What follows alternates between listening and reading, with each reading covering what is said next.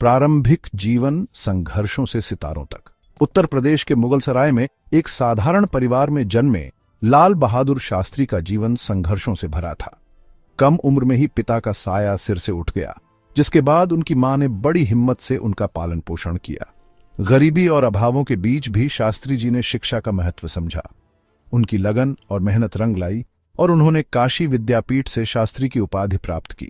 बचपन से ही उनमें देश प्रेम की भावना कूट कूट कर भरी थी। महात्मा गांधी के विचारों से प्रेरित होकर उन्होंने भारत के स्वतंत्रता संग्राम में कूद पड़े। अंग्रेजों के खिलाफ कई आंदोलनों में बढ़ चढ़कर हिस्सा लिया और जेल की सलाखों के पीछे भी अपनी अदम्य भावना का परिचय दिया। उनकी सादगी, ईमानदारी और कर्तव्यनिष्ठा ने सभी का दिल जीत लिया। ये तो उनकी संघर्ष गाथा का एक छोटा सा अंश था। आगे चलकर यही साधारण बालक भारत का प्रधानमंत्री बना और अपनी दूरदर्शिता से देश को नई दिशा दी। स्वतंत्रता के बाद शास्त्री जी ने विभिन्न महत्वपूर्ण पदों पर रहकर देश की सेवा की। वे उत्तर प्रदेश के गृह मंत्री, परिवहन मंत्री और पुलिस मंत्री रहे। इस दौरान उन्होंने कई महत्वपूर्ण सुधार किए। महिलाओं को बस कंडक्टर के रूप में नियुक्त करने का साहसिक फैसला लिया। 1952 में वे केंद्र सरकार में शामिल हुए और रेल मंत्री बने।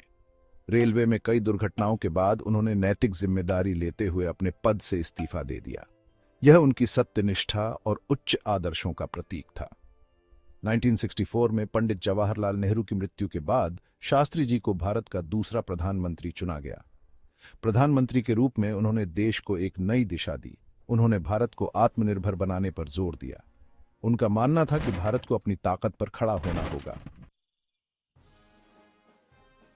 1965 में पाकिस्तान ने भारत पर हमला कर दिया। एक बार फिर शास्त्री जी ने दृढ़ता और साहस का परिचय दिया। उनके नेतृत्व में भारतीय सेना ने पाकिस्तान को मुंहतोड़ जवाब दिया। युद्ध के दौरान शास्त्री जी ने जय जवान जय किसान का नारा दिया, जो देशभक्ति और एकता का प्रतीक बन गया। यह नारा देश के हर वर्ग के लोगों को एक सूत्र में पिरोने वाला सिद्ध हुआ। इस नारे ने न केवल युद्ध के दौरान देश का मनोबल बढ़ाया, बल्कि युद्ध के बाद भी देश को एकजुट रखने में महत्वपूर्ण भूमिका निभाई। शास्त्री जी जानते थे कि देश की प्रगति के लिए जवानों के साथ साथ किसानों का भी मजबूत होना जरूरी है। सेक्शन 4, ताशकंद समझौता, शांति का एक प्रयास, एक अनसुलझी पहेली। 1965 के युद्ध के बाद भारत और पाकिस्तान के बीच शांति स्थापित करने के लिए सोवियत संघ के ताशकंद में एक समझौता वार्ता आयोजित की गई। शास्त्री जी ने शांति के लिए इस वार्ता में हिस्सा लिया और 10 जनवरी 1966 को समझौते पर हस्ताक्षर किए। लेकिन नियति को कुछ और ही मंजूर था। समझौते के कुछ ही घंटों बाद 11 जनवरी की सुबह शास्त्री जी की रहस्यमय परिस्थितियों में मृत्यु हो गई। सरकार ने उनकी मृत्यु का कारण दिल का दौरा पड़ना बताया, लेकिन आज तक इस घटना को लेकर कई सवाल अनुत्तरित हैं। आखिर ऐसा क्या हुआ कि समझौते के कुछ ही घंटों बाद शास्त्री जी दुनिया से रुखसत हो गए? क्या उनकी मृत्यु वाकई दिल का दौरा पड़ने से हुई थी या फिर इसके पीछे कोई साजिश थी? सेक्शन 5, एक मौत, अनेक सवाल। शास्त्री जी की मृत्यु की खबर सुनते ही पूरे देश में शोक की लहर दौड़ गई, लेकिन उनकी अचानक और रहस्यमय मौत ने कई सवाल भी खड़े कर दिए। सबसे बड़ा सवाल था कि क्या उनकी मृत्यु स्वाभाविक थी या फिर उनकी हत्या की गई थी। उनके शरीर पर कुछ रहस्यमय निशान देखे गए थे। पोस्टमार्टम न होने से शक और गहरा गया। उनके निजी डॉक्टर को भी शव देखने की इजाजत नहीं दी गई। उनकी डायरी और कुछ महत्वपूर्ण कागजात भी गायब थे। इन सभी बातों ने शास्त्री जी की मौत को एक रहस्य बना दिया। लोगों के मन में यह सवाल उठने लगे कि आखिर सच्चाई क्या है? क्या सरकार कुछ छुपा रही है? शास्त्री जी की मृत्यु के बाद भी उनकी विरासत और विचार आज भी जीवित हैं। उनके द्वारा दिए गए नारे जय जवान जय किसान ने देश को एक नई दिशा दी। उनके नेतृत्व और नीतियों ने भारत को आत्मनिर्भर बनने की प्रेरणा दी। उनकी सादगी, ईमानदारी और कर्तव्यनिष्ठा आज भी लोगों के लिए प्रेरणा स्रोत है। शास्त्री जी के विचार और उनके आदर्श आज भी हमारे समाज और राजनीति में महत्वपूर्ण भूमिका निभाते हैं। शास्त्री जी का जीवन हमें यह सिखाता है कि सच्ची सेवा और समर्पण के साथ हर चुनौती का सामना किया जा सकता है। उनकी विरासत हमें यह याद दिलाती है कि हमारे देश के हर नागरिक का योगदान महत्वपूर्ण है। शास्त्री जी के विचार और आदर्श हमें एक बेहतर और समृद्ध भारत की ओर ले जाने में मदद करते रहेंगे। लाल बहादुर शास्त्री जी का पारिवारिक जीवन भी उतना ही प्रेरणादायक था जितना उनका राजनीतिक जीवन। उनका व्यक्तित्व सादगी और ईमानदारी का प्रतीक था।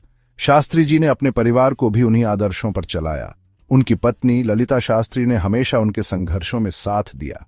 शास्त्री जी का परिवार आज भी उनके आदर्शों और मूल्यों को जीवित रखे हुए है। शास्त्री जी का जीवन हमें यह सिखाता है कि सच्ची सादगी और ईमानदारी के बिना किसी भी ऊंचाई को हासिल करना मुश्किल है। उनके जीवन के छोटे छोटे किस्से हमें यह याद दिलाते हैं कि एक सच्चा नेता वही होता है जो अपने परिवार और समाज के प्रति भी उतना ही जिम्मेदार हो जितना अपने देश के प्रति।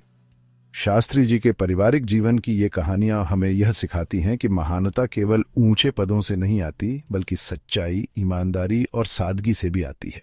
1966 का वह दिन जब लाल बहादुर शास्त्री जी की आकस्मिक मृत्यु की खबर फैली, पूरे देश में शोक की लहर दौड़ गई। ताशकंद से उनके पार्थिव शरीर को भारत लाया गया और उनकी अंतिम यात्रा में लाखों लोग शामिल हुए। लोगों की आंखों में आंसू थे और दिल में दर्द। हर कोई अपने प्रिय नेता को अंतिम विदाई देने के लिए उमड़ पड़ा। शास्त्री जी का अंतिम संस्कार राजघाट पर किया गया, जहां उनके अंतिम दर्शन के लिए जनसैलाब उमड़ा। उनके निधन ने देश को झकझोर कर रख दिया और हर कोई उनके योगदान और सादगी को याद कर रहा था। जनता का यह शोक और सम्मान यह बताता है कि शास्त्री जी ने अपने जीवन में कितनी गहरी छाप छोड़ी थी। उनकी अंतिम यात्रा ने यह साबित कर दिया कि वे न केवल एक महान नेता थे, बल्कि एक सच्चे जननायक भी थे, जिनकी कमी देश को हमेशा खलेगी। सेक्शन 6, सोवियत संघ, साजिश या महज अटकलें। शास्त्री जी की मौत के बाद से ही सोवियत संघ पर शक की सुई उठती रही है। कहा जाता है कि ताशकंद समझौते के दौरान सोवियत संघ ने शास्त्री जी पर काफी दबाव बनाया था। कुछ लोगों का मानना है कि शास्त्री जी सोवियत संघ के दबाव में आकर ऐसा कोई समझौता नहीं करना चाहते थे जिससे भारत के हितों को नुकसान पहुंचे। सोवियत संघ भारत को एक स्वतंत्र विदेश नीति अपनाने से रोकना चाहता था। वह नहीं चाहता था कि भारत परमाणु शक्ति बने।